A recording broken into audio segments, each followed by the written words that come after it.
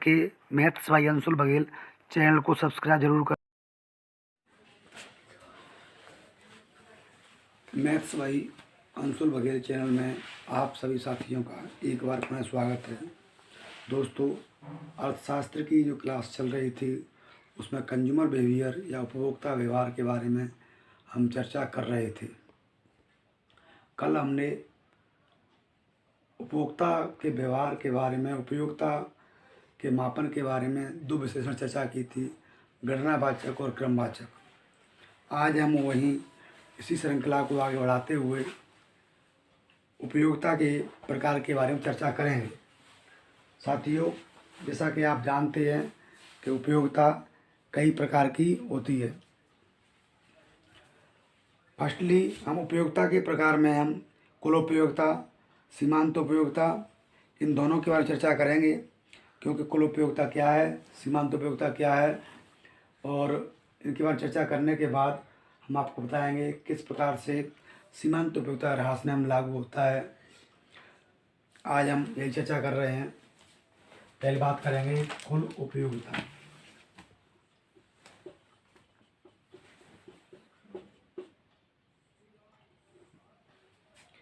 कुल उपयोगिता से तात्पर्य है कि वस्तु की विभिन्न इकाइयों से निश्चित समय में जो कुल संतुष्टि प्राप्त होती है उसे हम कुल उपयोगिता कहते हैं। एज एग्जाम्पल, जैसे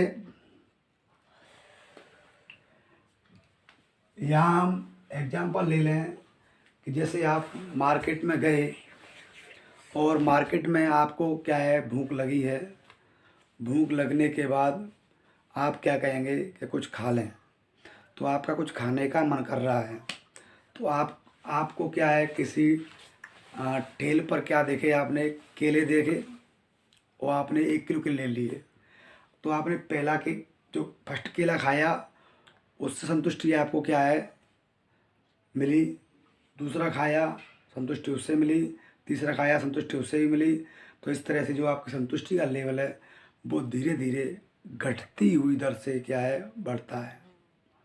अगर इन सभी को जोड़ दें तो क्या निकल आएगी, आपकी कुल उपयोगिता निकल आएगी। भूख आपको तेज लगी तो जो पहली केला जो आपने खाई उसकी उपयोगिता सबसे अधिक होगी। उसके बाद धीरे धीरे क्या है, उपयोगिता आपकी कम होती चली जाएगी। अर्थात हमारी कुल उपयोगिता घटती हुई दर से बढ़ती है। एग्जाम्पल परिभाषा लिख लेते हैं इसकी। निश्चित समय, समय क्या होता है, निश्चित समय में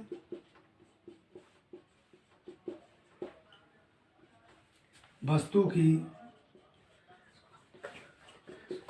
विभिन्न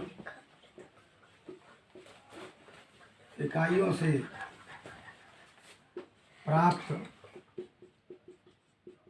संतुष्टि का योग कुल उपयोगिता कहलाता है।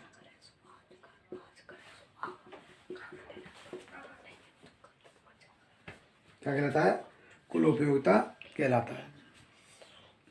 समझ में आ गया आपको लोगों के में? नहीं आया अभी? कुल उपयोगिता को हम ज्ञात करने के लिए एक सूत्र है, फॉर्मूला है हमारा, इसे हम बोलते हैं टोटल। और कल आपसे चर्चा की थी हमने कि उपयोगिता के मापन के लिए हम यूटिलिटी वर्ड काम में लेते हैं। क्या दिया था, यूटिलिटी। टोटल यूटिलिटी बराबर, अभी हम बात कर रहे थे वस्तु की,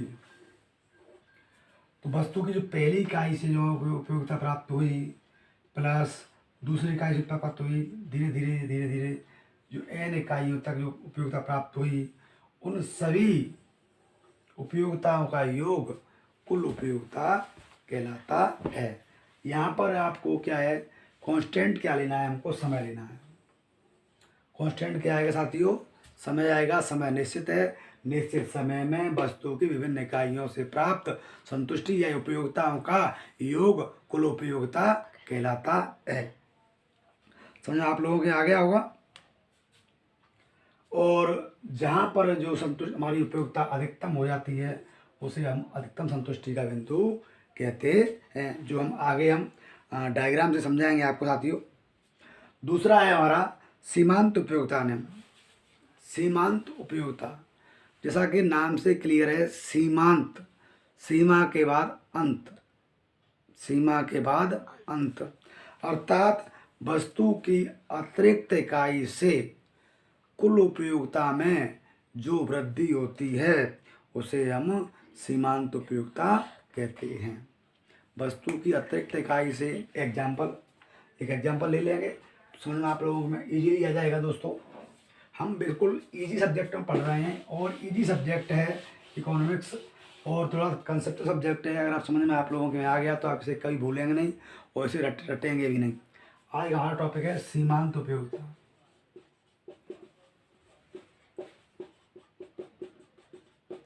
इसकी परिभाषा भी आपको बताई थी कि एक अतिरिक्त इकाई का उपभोग करने से कुल उपयोगिता में जो परिवर्तन आता है उसे सीमांत उपयोगिता कहते हैं। एग्जाम्पल, हमने यहाँ इकाइयों का उपयोग कर रहे हैं 1 2 3 4 5। अभी आपको जो पिछला एग्जाम्पल दिया था केले वाला, उसी एग्जाम्पल को हम दोबारा रिपीट कर लेते हैं। कोई ज़रूरी नहीं है कि सब लोग केला ही खाएँ, और वस्तु भी ले सकते हैं जैसा कि आप चाहें। केला है, आम है, संतरा है, कोई मिठाई खाता है।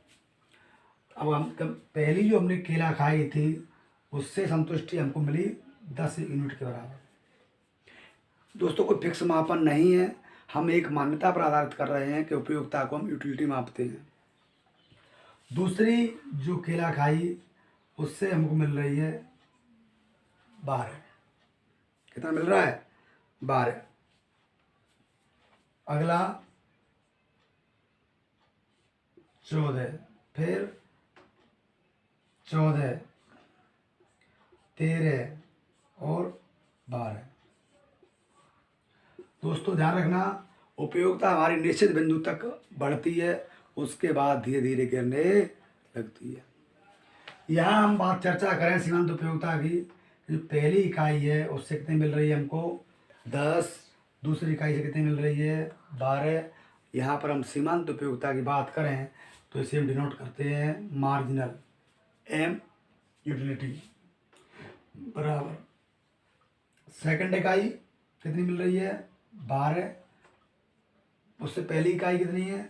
-10 बराबर कितनी हुई? 2। अर्थात सीमांत उपयोगिता भी हमारी क्या है? निश्चित बिंदु पर क्या है? 0 आने के बाद यहाँ पर क्या हो गई दोस्तों? 0।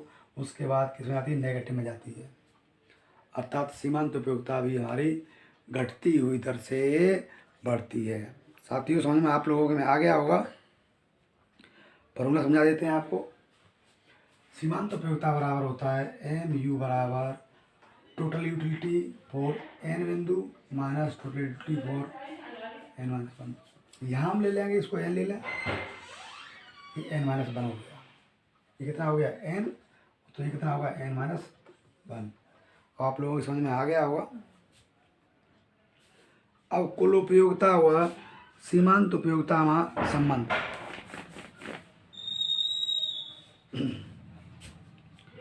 पहला टॉपिक है हमारा कुल उपयोगिता व सीमांत उपयोगिता में संबंध। जैसा कि आप जानते हैं कि कुल उपयोगिता भी हमारी क्या है? बढ़ती है और घटती हुई दर से बढ़ती है। वही नियम हमारा किस में लागू होता है? सीमांत उपयोगिता में लागू होता है, जो हम एक डायग्राम से समझाएंगे आपको। यहाँ हमने एक एग्जाम्पल लिया था, कुल उपयोगिता कि पहली इकाई से जो उपयोगिता मिलती है वो अधिक मिलती है। धीरे धीरे हमारी जो उपयोगिता है वो घटती दर से बढ़ती है। वही नियम हमारा क्या है? इसमें लागू होता है। एक एग्जाम्पल समझ लेंगे हम यहाँ पर एक एग्जाम्पल ले लेंगे जो केले वाला एग्जाम्पल था। यहाँ वस्तु की मात्रा, वस्तु की इकाई मात्रा ले लेंगे, यहाँ पर कुल उपयोगिता, और यहाँ निकालेंगे सीमांत उपयोगिता। यहाँ पर जब वस्तु की मात्रा 0 उपयोग करते हैं, जब वस्तु हम यूज करते ही नहीं है तो उपयोगिता मिलेगी हमको?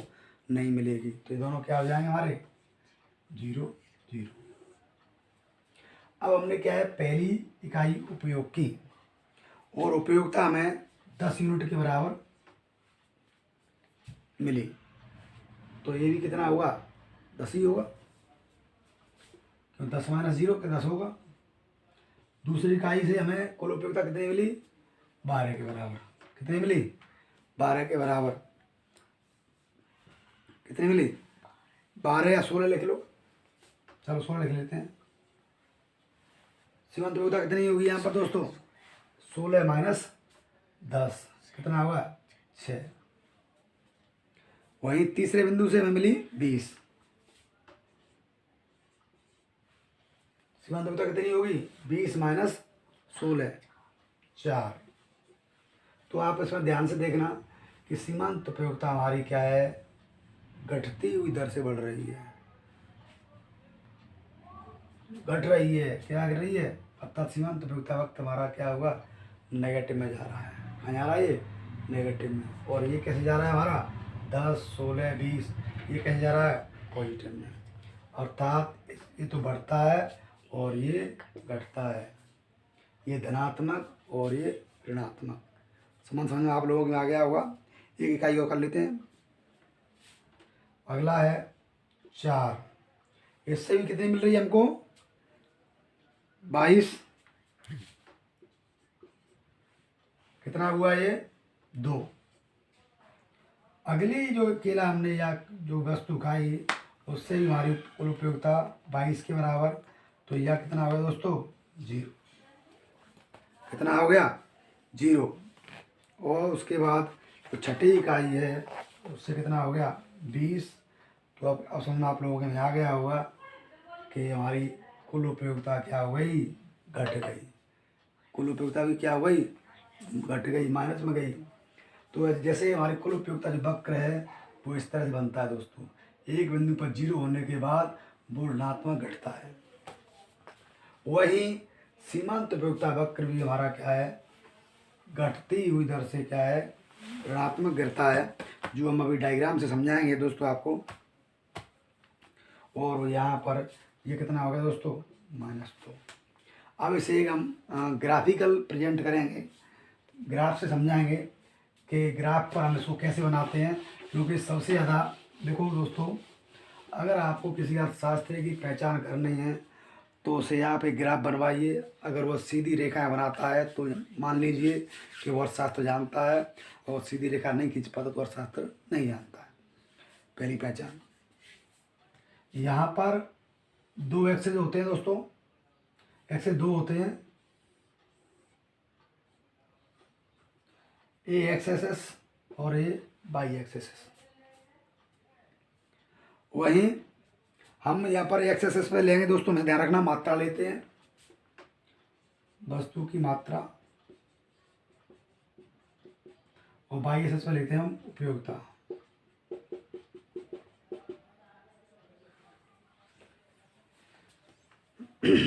अब हमने जो यह मात्रा ली थी हमने, 1 इकाई 1 2 3 4 5 6, और यहाँ पर हमने लिया था कितना? जो कुल उपयोगिता है हमारी, क्रम से यहाँ पर ले लेंगे, जैसे 2 4 6 8 10 जो भी है यहाँ तक ऐसे ले लेंगे। अब इन बिंदुओं को हम क्या है अगर मिलाते हैं तो कुछ इस तरह का क्या है, 0 पर 0 थी, एक बिंदु पर ये क्या आता है? बिल्कुल कोई परिवर्तन नहीं आता है।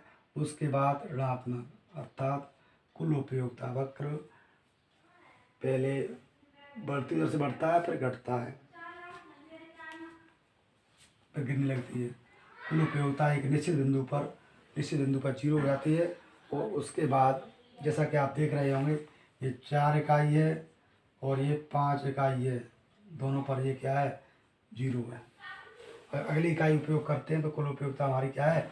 घटती है दोस्तों। वहीं सीमांत उपयोगिता की अगर हम बात करें तो सीमांत उपयोगिता जैसे आपको बताया था हमने कि यह नेगेटिव होती है, ऋणात्मक होती है, जिसे हम क्या है अगले जो एग्जाम्पल है उससे हम क्या है इसको समझेंगे दोस्तों। समझ में आप लोगों की आ गया होगा। एक प्रश्न समझा देता हूँ मैं कि वस्तु की मात्रा और ए एक्सेस ए बाई से ध्यान रखना दोस्तों। यहाँ पर हमेशा हम क्या लेनी है? वस्तु की मात्रा ही लेनी है, और यहाँ पर क्या लेनी है? उपयोगिता लेनी है। अगर इसको उल्टा कर देंगे दोस्तों फिर हमारा डायग्राम में उल्टा हो जाएगा, डायग्राम बन ही नहीं पाएगा, डायग्राम इस तरह से आएगा। फिर यहाँ मात्रा, यहाँ उपयोगिता। वहीं सीमांत उपयोगिता के बारे में चर्चा करें। अब सीमांत उपयोगिता वक्र कैसे बनाएंगे दोस्तों, देखो ध्यान से देखना, आप लोगों को ये आनी चाहिए। परीक्षा में अगर आप ये लोग बना के नहीं आते हैं तो आपको कोई मार्क्स नहीं मिलेंगे। ध्यान रखना दोस्तों, ये बना के आएंगे जब ये आपको मार्क्स अच्छे मिलेंगे। सीमांत उपयोगिता के लिए हम यहाँ ले लेते हैं मात्रा, एक्स एक्सेस वाई एक्सेस मात्रा, और यहाँ सीमांत उपयोगिता।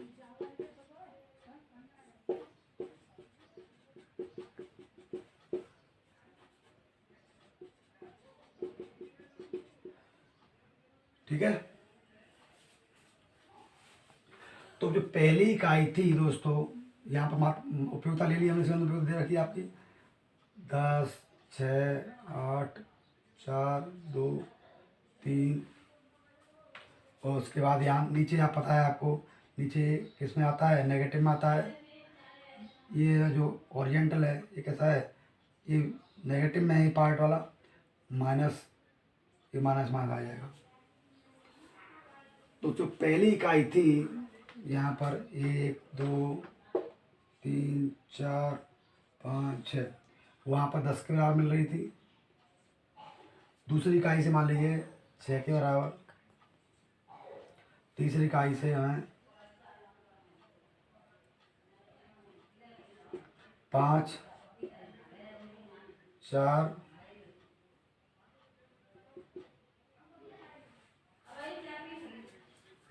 और मान लीजिए जो इकाई थी, तो इस तरह से ये वक्र बन रहा है हमारा दोस्तों। यानी 4 इकाई पर हमें क्या है, 0 के बराबर मिल रहा है।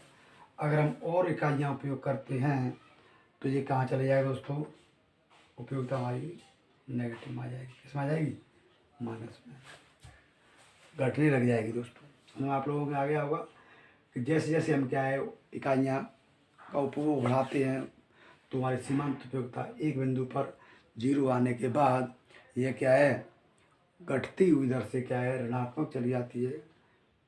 क्योंकि अब हमारी भूख शांत हो गई, अब हम ज़्यादा खाएंगे तो क्या होगा दोस्तों, नुकसान होगा हमारे पेट के लिए। तो वो किस में होगी, घटती हुई दर से होगी। अर्थात बोलते ना, अति बहुत बुरी होती है। तो ये नियम कहाँ लागू होता है, सीमांत उपयोगिता में लागू होता है। ध्यान रखना दोस्तों। इसके बाद चर्चा हम अगली क्लास में करेंगे दोस्तों। आज आपने कुल उपयोगिता और सीमांत उपयोगिता दोनों के बारे में पढ़ा। कुल उपयोगिता क्या होती है और सीमांत उपयोगिता क्या होती है, इन दोनों के संबंध के बारे में पढ़ा दोस्तों। कल हम सीमांत उपयोगिता, ह्रास नियम और जो भी बचा हुआ है उसके बारे में चर्चा करेंगे। और मैं आप लोगों से यही एक रिक्वेस्ट करना चाहूँगा, क्योंकि आप लोगों से एक रिक्वेस्ट करना चाहूँगा कि चैनल को आप लाइक और सब्सक्राइब ज़रूर कर दिया करें। क्योंकि अगर आप चैनल को लाइक सब्सक्राइब करते हैं तो थोड़ा मुझे भी मोटिवेशन मिलता है दोस्तों। वहीं अगर हम चर्चा करें, ये दोनों डायग्राम समझ में आप लोगों के आ गया होगा, एक बार अपने आप बना के देखना। और अगला जो नियम है हमारा सीमांत उपयोगिता ह्रास नियम, इसे और पढ़ लेते हैं हम। क्योंकि अभी आपको बताया था सीमांत उपयोगिता ह्रास नियम, जो हमारी सीमांत उपयोगिता है वो हमारी क्या है, घटने लगती है। इसके बारे में हम अगली क्लास में चर्चा करेंगे साथियों। क्योंकि क्लासेज लंबी हो जाती हैं तो आप लोग भी देख नहीं पाते हो, और ये आपके सर हैं वो आपसे 1 मिनट बात कर लेंगे, 2 मिनट नहीं हो गए सर मुझे बात करने दो, कई दिन से आ नहीं पाए, सर आ जाओ, बैठा दो, अभी बात कर लेंगे तो इनसे बात कर लो। नमस्कार साथियों, आपको सर ने बहुत अच्छा समझाया होगा, मैं भी समझ गया। मैं कक्षा 7 में हूँ, मैं ये तो 12th में आता है, 11th में आता है। आप भी सीख गए होंगे। अगर आप भी कक्षा 7 में हो तो अगर आप सीख गए तो लाइक और सब्सक्राइब जरूर करें, क्योंकि ऐसी वीडियो आपके पास रोज आया करेंगी। मैं इतना ही बोलना चाहूँगा। Thank you. हाँ साथियों, थोड़ा सा हमारा आज रूट चेंज हो गया है। हम सोच रहे थे कि आपको एक नियम और करा दें, ये वाला और हो जाएगा सीमांत उपयोगिता ह्रास नियम। देखो दोस्तों, इसे हम क्या बोलते हैं, गॉसन का प्रथम नियम भी बोलते हैं। गॉसन के 2 नियम होते हैं, तो हम इसे क्या बोलते हैं, गॉसन का प्रथम नियम, सीमांत उपयोगिता ह्रास नियम।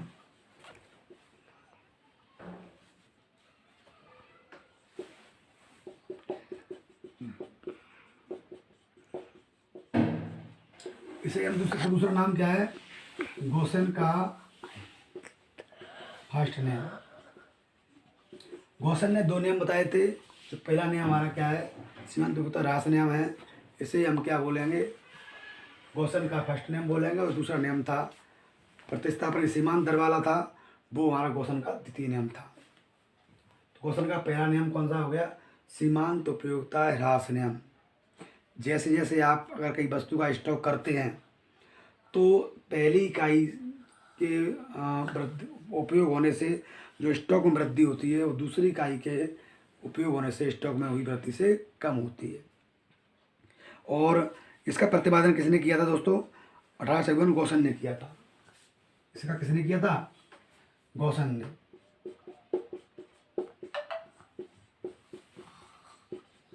आपसे परीक्षा में पूछ लिया जाता है सीमांत उपयोगिता ह्रास नियम के प्रतिपादक कौन है, तो कौन है, गॉसन। और वो सन पूछ लिया आप लोगों से तो 1854। तो दोस्तों कितनी पुरानी बात है, 1854। और आज कितना चल रहा है, 2024 आने वाला है। तो हमारे जो अर्थशास्त्री थे वो काफ़ी इंटेलिजेंट थे, बुद्धिमान थे। अर्थशास्त्री हमारे आज ही बहुत इंटेलिजेंट हैं, बुद्धिमान हैं। तो 1854 में गॉसन ने क्या कहा कि अगर हम वस्तु की उपयोगिता, वस्तु की इकाइयों में के उपयोग को बढ़ाते हैं तो उपभोग के अतिरिक्त इकाई से जो हमारी सीमांत उपयोगिता है वो घटती हुई चली जाती है। मैंने आपको बताया था कि अधिक मिठाई खाने से हम लोग क्या हो जाते हैं, बीमार हो जाते हैं। तो ये उपयोगिता हमारी किस में आ गई, ह्रास नियम में आ गई।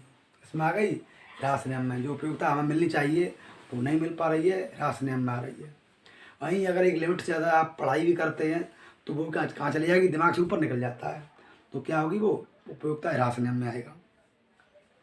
वहीं मार्शल महोदय ने क्या कहा है, मार्शल महोदय ने कहा है कि एक वस्तु के स्टॉक में वृद्धि होने से व्यक्ति को जो अतिरिक्त संतुष्टि प्राप्त होती है वह भंडार में हुई प्रत्येक वृद्धि से कम होती जाती है। अगर हम स्टॉक में एक वस्तु की वृद्धि कर रहे हैं तो भंडार की जो प्रत्येक वृद्धि है उसे धीरे धीरे क्या होने लग जाती है, कम होती चली जाती है। दोस्तों इस नियम के बारे में थोड़ी सी जो इसकी मान्यता है वो चर्चा कर लेते हैं हम कि क्या क्या मान्यता है इसकी। पहली मान्यता है दोस्तों इसकी कि उपभोक्ता का व्यवहार, उपभोक्ता कैसा होता है दोस्तों, विवेकशील होता है। कोई उपभोक्ता एक ही वस्तु का उपभोग कभी नहीं करता है। दूसरी मान्यता दोस्तों, उपयोगिता मापनीय है, अर्थात उपयोगिता को हम क्या कर सकते हैं, माप सकते हैं। जब तो निकालेंगे कुल उपयोगिता, सीमांत उपयोगिता।